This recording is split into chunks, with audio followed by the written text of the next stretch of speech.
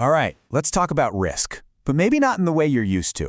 Today, we're diving into this really fascinating paper from the Swedish Defence University, and it basically uncovers some huge, hidden problems in the modern defense industry.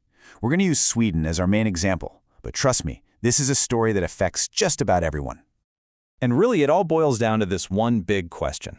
I mean, in a world this globalized, who is actually building a country's defenses anymore? You've got supply chains that cross continents and defense companies that are all about profit. So how does a nation make sure it's actually secure? That's the real puzzle we're going to try and solve here. Okay, so here's how we're going to break it all down. First, we'll look at why the defense business is just different, super risky in its own unique way. Then we're going to put on a new pair of glasses, a way of thinking called systems thinking. After that, we dive right into the Swedish model to see what people on the inside are saying. We'll unpack the two very different types of relationships that run the whole show. And finally, we'll get to the big reveal, the hidden vulnerability that could bring the whole thing down. All right, Section 1, a uniquely risky business. Now, you'd think that managing risk at, say, a fighter jet factory is a lot like managing risk at a car factory, right? Well, what this paper argues is, nope, not even close. We're talking about two completely different universes here. The old rulebooks just don't work. And you can really see just how much has changed. I mean, think about it. It wasn't that long ago that defense companies were basically owned by the state, and they had one customer, their own government. But today, it's a whole new ballgame. These companies are private. Their supply chains are insanely global, with parts coming from all over the place. Everything's tangled up in complex rules like ITAR from the US. And here's the kicker. They're not just selling to their home country anymore. They have customers all over the world. So with a system that complicated, how in the world do you even begin to understand it? Well, that brings us right to Section 2, Thinking in Systems. This is the special lens the researchers use to map out how all these different pieces connect, and more importantly, how they affect each other. The big idea here is something called a system of systems, or SOS. Now, the best way to think about it is like a forest, right? In a forest, you've got all these independent things. The trees, the animals, the rivers, each doing its own thing. They're totally autonomous. But when you put them all together, they create a living, breathing forest, something none of them could do alone. The defense industry, it works exactly the same way. Okay, so to get a handle on this huge, complex system of systems, the paper does something really smart. It boils the whole thing down to two big interacting parts. You've got the supply chain system, that's the part that actually builds stuff, and then you have the market system, that's where all the customers and contracts live. Let's dig into what each one does. So on one hand, you have the supply chain system. Think of these as the builders, right? They're responsible for the whole shebang, from getting the raw materials all the way to rolling the finished product out the door. Their whole purpose is to create value. Then, on the other hand, you've got the market system. These are the buyers and sellers, the governments, the military branches. Their job is to match up what the customers want with what the builders are making. And it's the way these two systems talk to each other, or don't talk to each other, that gets really, really interesting. And look, this isn't just some abstract theory. That brings us to Section 3. The researchers actually went out and did these deep dive interviews with top execs at 4 of Sweden's biggest defense companies. And what these insiders had to say, well, it's pretty eye-opening. Check this out. This one quote pretty much says it all. "We never purchase materials and components for manufacturing without an underlying contract." That's not just a suggestion, folks. That is the absolute golden rule of this business.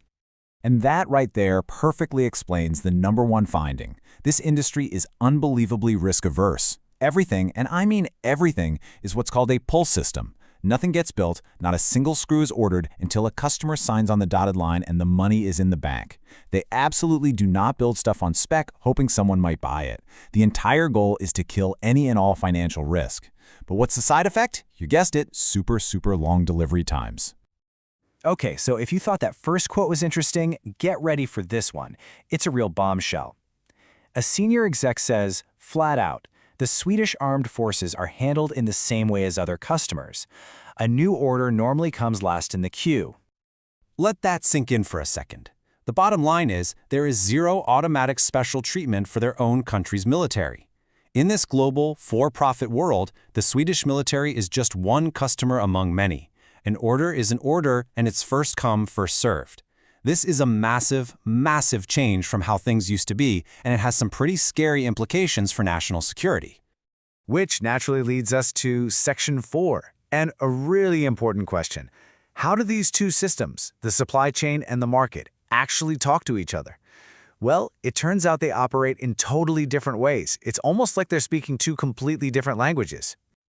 Okay, so inside the supply chain itself, between the companies making the parts, the relationships are really deep. They're collaborative. The paper calls it a diamond structure because you have all these different points of contact. Engineers talk to engineers, logistics people talk to logistics people. It's a real partnership. But the relationship with the customer, that's what they call a bow tie. It's super narrow. All communication gets squeezed through one tiny point, the salesperson and the procurement officer. It's not a partnership, it's a transaction, pure and simple. And this table just lays it all out so clearly. Take a look at the supply chain. It has soft boundaries, which lets them build those long-term, adaptable relationships. Now look at the market, hard boundaries. That forces everything to be formal, transactional, and short-term. So what do you get for the industry as a whole? You get this weird hybrid system with a built-in tension, a constant push and pull between these two opposite ways of doing business. And it's that very tension that brings us to our final and honestly most important section. The hidden vulnerability. This is where we connect all the dots and see exactly where this whole system could completely break down. So here it is, the absolute heart of the problem. Because the market, the customer, wants these short-term transactional deals to keep its own costs down, it basically forces the entire supply chain to play the same game. To protect themselves from financial ruin, the industry becomes intensely, extremely risk-averse. They won't make a move without a signed contract. And this last quote, man, it just spells out the terrifying, real-world result of all this. A government might say, hey, we want a 90-day supply of ammo just in case of a crisis. But here's the catch.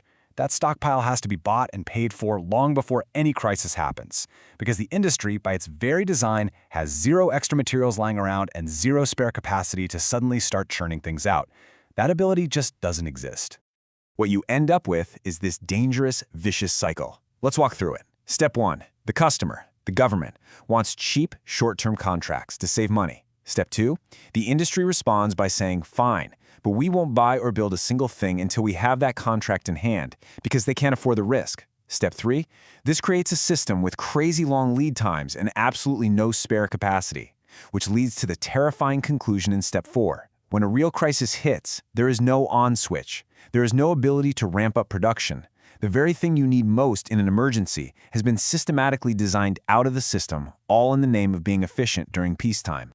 And all of that leaves us with this final, really sobering question.